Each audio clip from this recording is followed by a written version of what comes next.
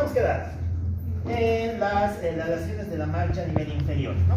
Como les decía, aquí hay distintos elementos. Vamos a comenzar hablando de la lesión vestibular. ¿Qué pasa si se lesiona mi vestíbulo? Pues aquí voy a tener otro tipo de marcha. Esta se llama la marcha en estrella. La marcha en estrella. Bueno, por lo mismo, ¿no? El movimiento que yo voy a dar van a ser de pasos amplios, pero como no coordino muy bien, voy a tender a abrir las piernas, voy a tender a tener una base de dilatación amplia, ¿no? Y pasa algo bien interesante, que yo normalmente camino así, ¿no? Tengo la marcha vestibular, pero si yo a la persona le digo que cierre los ojos, la persona no se va a ubicar hacia dónde tiene que ir, ¿no? Entonces da un paso hacia adelante, da un paso hacia atrás, uno hacia el costado, vuelve a irse hacia un lado, y es ahí donde dibuja movimientos de estrella en el piso. Por eso se dice, o más bien se le denomina esta como marcha en estrella, ¿ya? Muy bien. Después tenemos el viejo conocido, lesión de cordones posteriores, marcha tabética. ¿Cuáles eran las características de la tabes dorsalis? ¿Cuál era la causa de la tabes dorsalis? Ya, la neurosífilis, no es una forma de neurosífilis. Muy bien, ¿cuáles eran sus manifestaciones?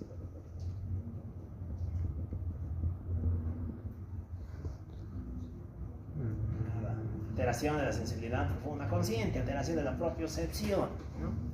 Ya, ¿cuál es el chiste de esto? Que yo como no detecto, no mido muy bien dónde están las partes de mi cuerpo, voy a tender a dar pasos seguidos y demás. No, me va a dar miedo caminar porque no me estoy dando cuenta por dónde estoy caminando, ¿no? Entonces, las personas con este síndrome tienden a dar unas marchas de pasos muy largos, pasos muy exaltados, ¿ya? Y siempre que levantan la pierna lo hacen muy lento, pero cuando van a bajar el mismo, lo hacen de golpe. Apretan con fuerza el talón, golpean con fuerza el talón, porque están tratando de tocar lo antes posible la superficie, a fin de ver si están caminando bien o están caminando mal, ¿ya? Muy bien, ¿qué más tenemos? Tenemos las lesiones de la vía piramidal. Recordemos que por aquí está bajando la vía piramidal. ¿Qué pasa si esta se lesiona? Tenemos otro tipo de marcha. Esta se llama la marcha en tijeras. ¿Ya? ¿Por qué se llama marcha en tijeras? Porque como habíamos visto, la vía piramidal se encarga de llevar la coordinación, perdón, la información motora. Si es que esta vía falla, yo directamente no puedo moverme bien, ¿no? Entonces, las personas con esta lesión van a tener debilidad muscular. ¿Dónde? En los miembros inferiores. Eso va a hacer que anden con las rodillas flexionadas y con la cadera flexionada. Muy similar a como si estuvieran de cuclillas. ¿Ya? Tienden a ponerse de cuclillas. Y como están en posición de debilidad, tienden a juntar los miembros inferiores. Van a hacer básicamente esto. Van a dar como el Kiko, más o menos. Como el Kiko, pero en posición de cuclillas, ¿ya? Y ahí es donde tienden a caminar, uno sobre el otro, uno sobre el otro, ¿ya? Esa es la marcha en tijeras. Se le llama así, pues, porque estás aproximando los muslos, ¿no? Uno contra el otro. Muy bien. ¿Qué pasa si se lesionan los troncos nerviosos? Las raíces nerviosas. Pues en este caso tenemos otro tipo de marcha. Esta se llama la marcha en estepaje o la marcha equina. Es una marcha de debilidad, muy similar a la que es la marcha de la tabes dorsal. Y finalmente, si se lesionan los músculos, recordamos que los nervios inervan los músculos. ¿Qué vamos a tener aquí? No vamos a poder caminar bien, vamos a tener un movimiento de bamboleo. Esta se conoce como la marcha anserina o la marcha de pato. No han debido ver, ¿no? Cómo anda el pato, cómo anda el ganso, ¿no? El ganso no anda rectito, anda bamboleando sus caderas, ¿no? Las personas tienden a tener ese mismo tipo de movimiento, ¿no? Secundario a una debilidad muscular. Muy bien, ya se cuenta que hay diferentes tipos de marcha y cada una te habla de una ubicación de la lesión. Es por eso importante saber reconocer cada uno de estos trastornos. A ver, vamos a ver un pequeño videíto, ¿no? Porque una cosa es actual y otra cosa es ver algo que todavía es mucho mejor. Veremos cómo se representa en este video.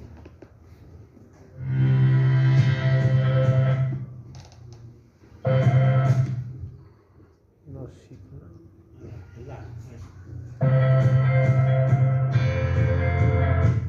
Muy bien. Esta es la marcha biparética. Esta es una marcha que hemos visto cuando hemos hablado del síndrome piramidal.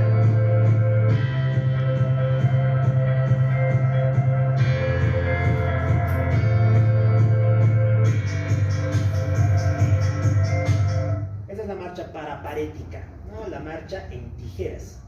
Justamente lo que está representando es eso. Fíjense la posición de los miembros inferiores. Es similar a una tijera. Aquí está por donde agarrarías la tijera y aquí estarían sus cuchillas.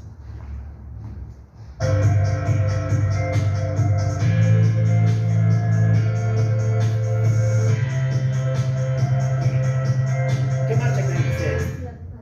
La de pato, exacto, es la marcha del bamboleo, esta es la marcha anserina, la marcha miopática. Esa es la que produce debilidad muscular.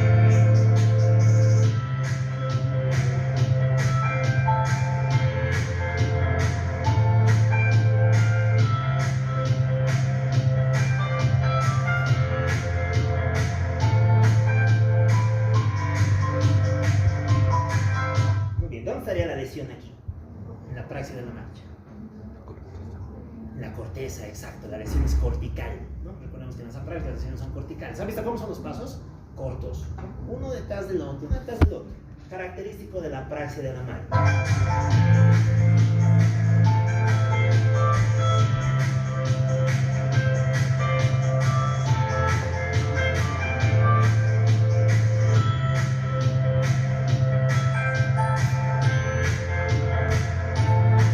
¿Han visto cómo camina? No levanta mucho la pierna y pone el talón de golpe. No levanta mucho la pierna y pone el talón de golpe. ¿Qué marcha era eso? La pavética. ¿Dónde está la lesión? Cordones posteriores, exacto. Esto nos habla de lesión en cordones posteriores.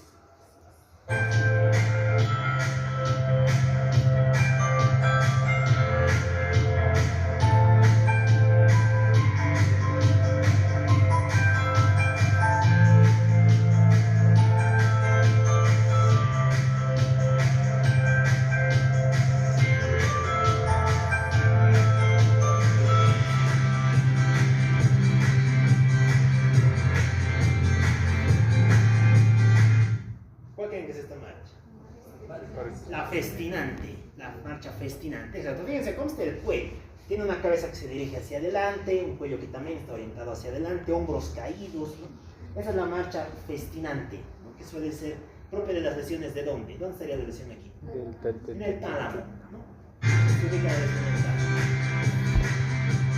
Esta es la marcha de Stipage, ¿no? El equipaje, la marcha equina.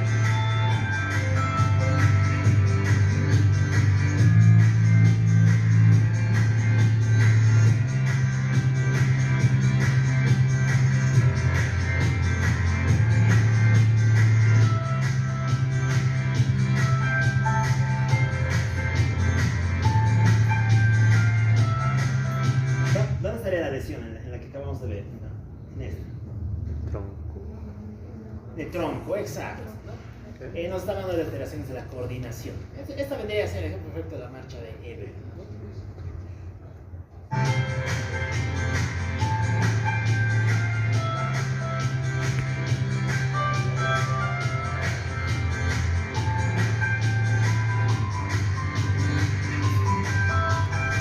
Muy bien, ese último de la astasia en la base es una lesión periférica, ¿ya? Suele deberse a causas musculares. Pero bueno, no lo vamos a mirar ahora.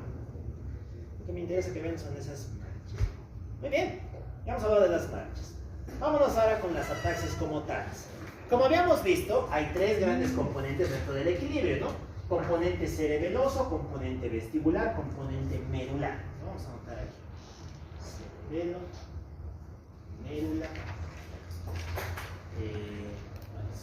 cordones posteriores, vestíbulo.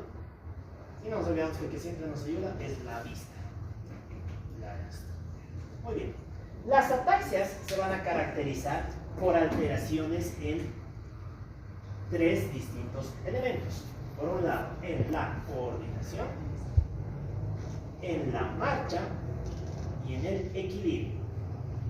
Si tengo una lesión en cerebelo, pues hemos dicho que se lesiona todo, ¿no? Se alteran los tres. Si tengo una lesión en los cordones, ¿se alterarán los tres? ¿Qué creen? ¿Sí o no? Sí, porque todo esto, ¿qué necesita? Que recibas información desde afuera y lo mandes arriba, y que recibas información desde arriba y lo mandes abajo. Si se alteran estas vías de conducción, también voy a tener una alteración de los tres componentes, ¿ya? En cambio, ¿qué pasa si solo tengo una lesión vestibular? Mi coordinación está conservada, pero las alteraciones de la marcha y del equilibrio están presentes.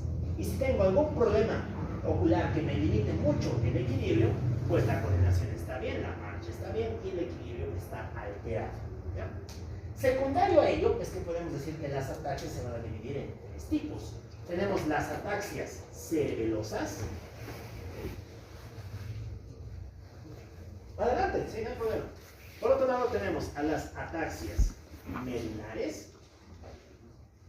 Y finalmente a la ataxia vestibular. En sentido, ¿no? Si cada uno de estos contribuye al movimiento normal, pues tener lesionado alguno de ellos va a producir una ataxia. Muy bien, hablaremos de las características de cada una de ellas. Empezamos con la ataxia vestibular, con la ataxia medular, también conocida como ataxia sensitiva. ¿Qué vamos a tener aquí? Tres elementos. Primero, dismetría. ¿Qué creen que es la dismetría? Dis, que carece de metros, medir. No puedo medir bien los movimientos que hago. La dismetría se manifiesta por la alteración en la prueba dedo-nariz y en la prueba talón-rodilla. Voy a tener alteradas esas dos pruebas, así es como se confirma una dismetría. Muy bien, ¿qué más? ¿Qué tipo de marcha tenía si es que tengo una lesión medular? Tabética. Muy bien, la marcha tabética se presenta aquí, ¿no? Y como tengo lesionado una de las patas y voy a pedirle al paciente que cierre los ojos, voy a tener un romper positivo o negativo. Positivo, ¿no? El romper positivo. Romper positivo con la inhibición de la mirada. Eso también se presenta aquí. Ya, muy bien. Vámonos con el otro, el síndrome vestibular. El síndrome vestibular se va a dividir en dos tipos. Tenemos síndromes vestibulares periféricos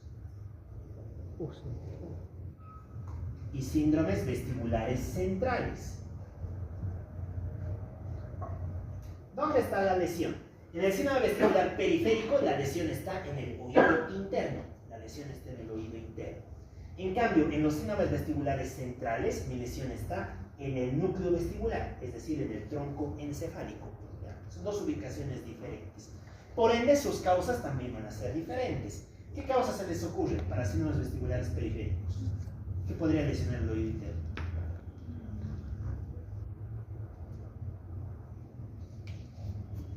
Nada. Oído interno es de acero, nada. Bueno, primera causa. De hecho, es la causa más frecuente de vértigo en el mundo mundial. Vértigo posicional paroxístico benigno. Bien, ¿qué es esto? Este cuadro se caracteriza por una alteración en los otolitos del utrículo y del sacro. No sé si se acuerdan, pero el utrículo y el sacro funcionan así. Tienen unos receptores que se llaman crestas otolíticas, donde están las células ciliadas,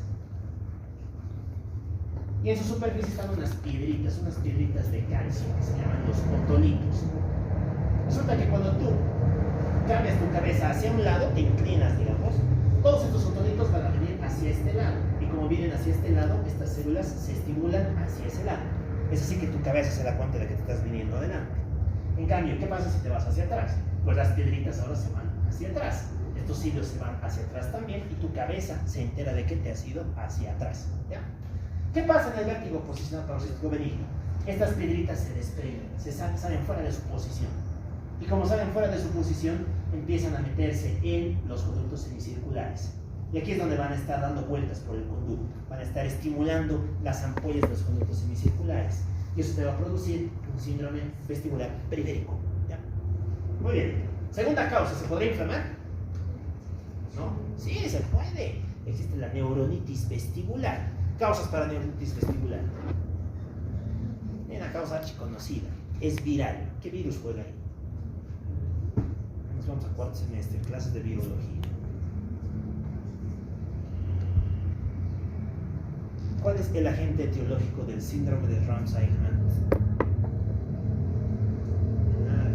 ¿De parálisis facial? ¿De herpes?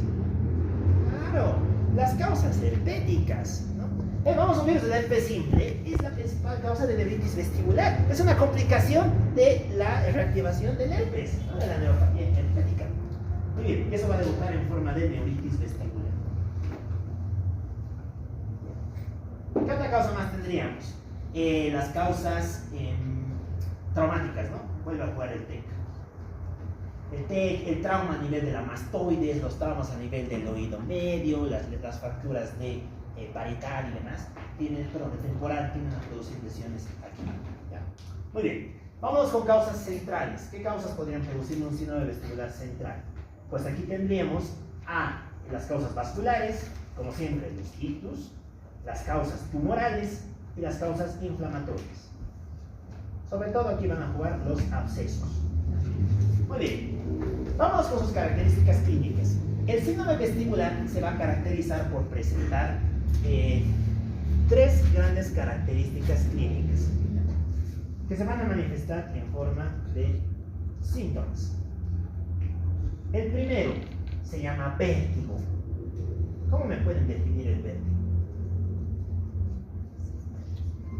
Sensación de mareo. ¿Y cuál es su diferencia con el mareo? ¿Qué es vértigo? Miedo a la aventura. La sensación de inestabilidad del entorno, ¿no? La sensación de que lo que está a tu alrededor no está quieto, está moviéndose, está oscilando, ¿ya? El vértigo es una manifestación clásica de lesión vestibular. Si alguien nos habla de que las cosas le marean, automáticamente hay que pensar en un cuadro vertiginoso. Y como les digo, la causa más frecuente es esta. Siempre tiene que estar en la mente, sobre todo cuando hacen urgencias y demás. Ya, ¿qué podemos contar del vértigo? El vértigo se va a deber a una alteración vestibular, sobre todo estos mecanismos de detección del equilibrio vestibular. ¿Qué más? En el vértigo, la persona tiende a sentir que uno de los lados tiende a girar su cabeza o a desviar su cabeza hacia ese lado, ¿ya? Esto tiene una explicación.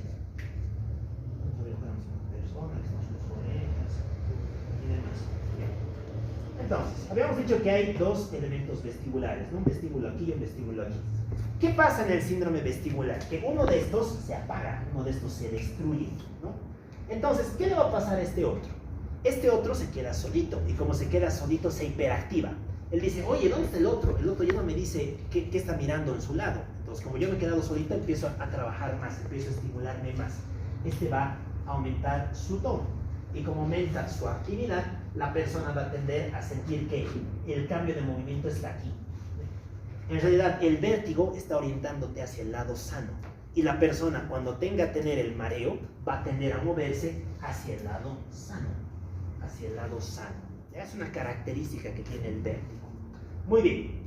¿Qué más? Segunda manifestación. Tenemos al nistagmo. El nistagmo. Bien. Como habíamos dicho, el nistagmo se debe a los movimientos espontáneos de los ojos. ¿Ya? A ver, ¿qué creen que pasa si es que yo empiezo a caerme hacia un costado, empiezo a desviar mi cabeza hacia un costado? ¿Qué van a hacer mis ojos? ¿Se van a ir hacia el mismo lado? ¿Para tratar de mirar hacia dónde voy a caer? Sí, ¿no? Se van hacia el mismo lado. Muy bien. Pero inmediatamente, ¿qué hará mi cabeza para compensar eso? Va a decir, no, ¿por qué nos estamos yendo hacia ese lado? ¿Por qué lo que antes miraba recto, ahora estoy mirando el piso, ¿no? Entonces, ¿qué va a hacer? Va a decir, corrijo mi mirada. Voy a poner mis ojos hacia este lado, hacia el lado opuesto. Entonces, es ahí donde van a ocurrir dos movimientos a nivel de los ojos, ¿ya? Uno primero, en el cual me voy hacia el lado lesionado. Me voy hacia el lado lesionado. Esta se conoce como la fase lenta del nistagmo. La fase lenta del nistagmo. Me voy hacia el lado que está lesionado. Muy bien. Pero ¿qué pasa después? Que mis ojos se corrigen, ¿no? Dicen, ¿por qué lo estamos haciendo aquí? Chum. Vuelvan al otro lado. Corrijan su mirada. Y a través de corregir la mirada, vamos a tener otro componente que se llama fase rápida. Fase rápida. Por eso se dice que el nistagmo tiene dos fases, una fase lenta y una fase rápida, que es una fase de corrección. En realidad, cuando hablamos del nistagmo izquierdo, nistagmo a la izquierda o nistagmo a la derecha, estamos hablando de esto. La fase rápida es la que le da nombre al nistagmo, ¿no? Si yo digo nistagmo a la izquierda es porque mis ojos los estoy corrigiendo mandándolos a la izquierda, ¿ya? Muy bien, el nistagmo va muy de la mano con esto, ¿no? Porque si yo tiendo a desviarme hacia un lado, pues mi cabeza trata de hacer movimientos de compensación dirigidos en el sentido inverso, en el sentido opuesto. Muy bien, ¿qué más?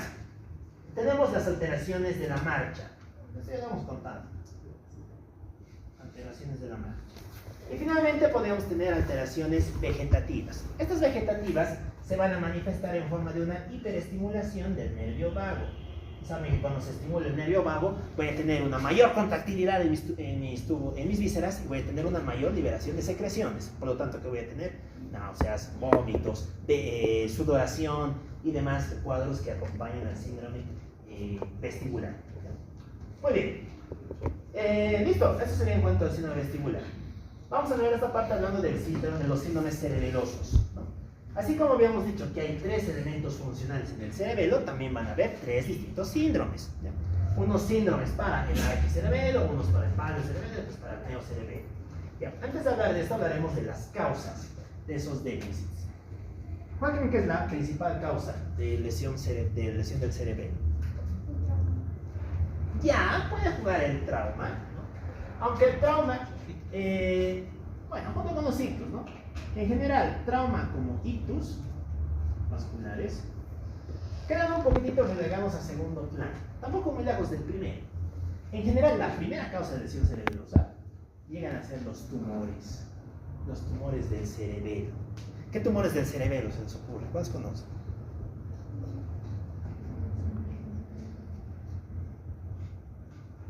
¿Se acuerdan la clasificación histológica de los tumores del sistema nervioso central?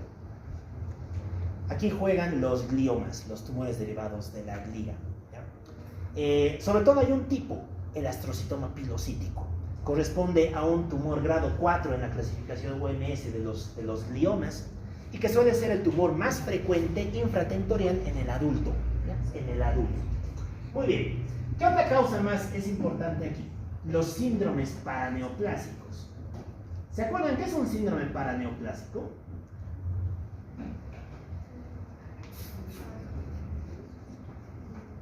Sí. Un síndrome paraneoplásico es cualquier manifestación que acompaña a un tumor, pero que no se debe a la extensión del mismo, ¿ya?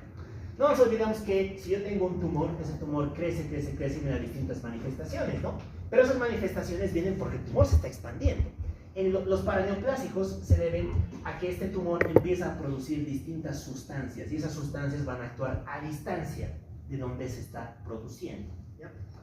Los síndromes cerebelosos son clásicos paraneoplásicos. ¿En qué cánceres tendríamos que pensar? ¿Qué cánceres producen esto? ¿Se acuerdan? Nada, tampoco. Ya. Bueno, hay un clásico, ¿no?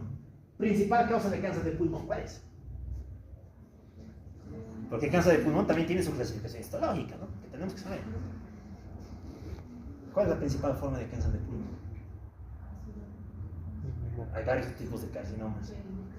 Excelente. Carcinoma de células pequeñas. El carcinoma microcítico de pulmón es su principal etiología. Bueno, y por si no lo sabían, el cáncer de pulmón es la primera causa por la que la gente se muere por cáncer en el mundo, ¿no? O sea, al cáncer de pulmón hay que dominarlo en todas sus caras, en todas sus aristas. Pulmón, mama, colon y próstata son cánceres que tenemos que dominar en todas sus caras, porque a la fuerza van a mirar uno, siempre. Está dicho que van a mirar por lo menos uno de sus caras, ¿ya?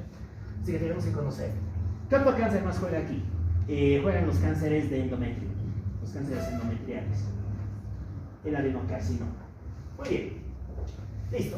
Dicho eso, pues veremos las alteraciones. ¿Qué pasa si se lesiona el arquicerebelo? ¿Con quién trabajaba el arquicerebelo? Con el vestíbulo, ¿no? Con el vestíbulo. Si se lesiona esta parte, voy a comportarme como si tuviera un síndrome vestibular. ¿Y qué vamos a tener? Nistagmo. ¿Qué otro tipo de alteración nos vamos a tener? Ataxia. Una ataxia en este caso rígida, ataxia espástica. Las ataxias espásticas que se van a presentar cuando nos mantenemos de pie. Muy bien, vámonos con el paliocerebelo. ¿El paliocerebelo para qué servía? Para el tono. ¿Qué pasa si se lesiona el paliocerebelo? ¿Qué creen que pasará? No va a haber tono. No va a haber tono, exacto. ¿Qué se llama eso? Hipotonía. Es una causa de hipotonía de origen central, ¿no? Y como yo no puedo mantener mis extremidades contraídas el suficiente tiempo, no voy a caminar bien. Eso va a producir ataxia para la marcha. Ataxia para la marcha, ¿no? Que es una manifestación también bien característica de las lesiones del paliocerebelo. Muy bien. Finalmente, ¿qué pasa si se lesiona el neocerebelo? ¿Para qué servir? Para la coordinación motora, ¿no? Lesiono esto, pierdo esto. Y si pierdo esto, ¿qué voy a tener? Voy a tener alteraciones de la coordinación. Dismetría.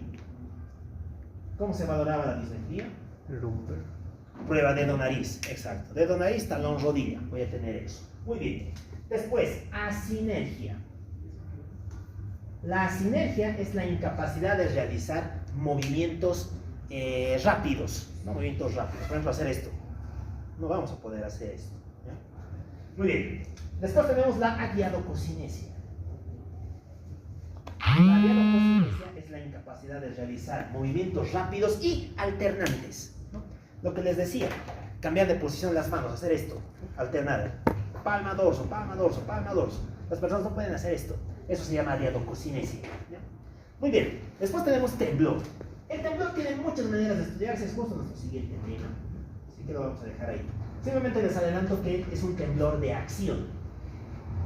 ¿Qué quiere decir esto?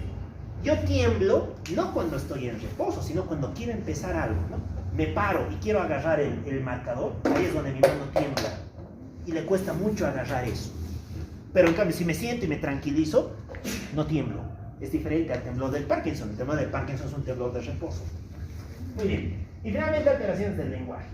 Alteraciones de la fluidez del mismo. Muy bien. Se cuenta que esto nos está hablando de qué? Lenguaje, movimientos alternantes. Me está hablando de problemas en la corteza.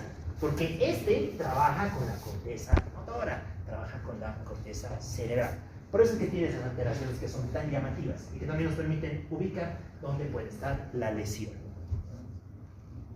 ¿Listo? Éxito es el mundo del trastorno del equilibrio. A ver, pasaremos al... Tenemos 6 minutos. Pasaremos al circuito de los dos de la base. Lo dejamos para el viernes. Bueno, igual vamos a preguntar Parkinson el sábado, ¿no? Por mí no travel. ¿Qué es? 24. Una diapo más. Una diapo. Estamos desde la 1. Estamos desde la 1. No pasa nada.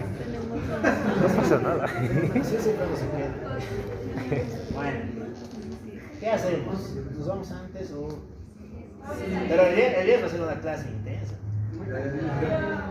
Vamos a tener que meter 2... Bueno, un tema y medio, ¿no? No hay diferencia. Sábado hasta las 11. Son hasta las 11.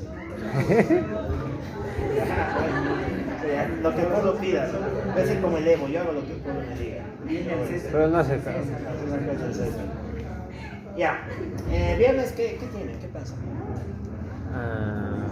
Igual entran a la Salud mental y... Salud mental y dicho pato, nada más. No. Ya. Entonces, bien, vamos a tratar de empezar. Ya. Ok, lo dejamos ahí entonces y bien concluimos núcleos y vamos a hacer periférico y autónomo. Ya estamos terminando, nosotros la conciencia vascular. Se acabó neuropatología. Ya hemos volado todo un sistema.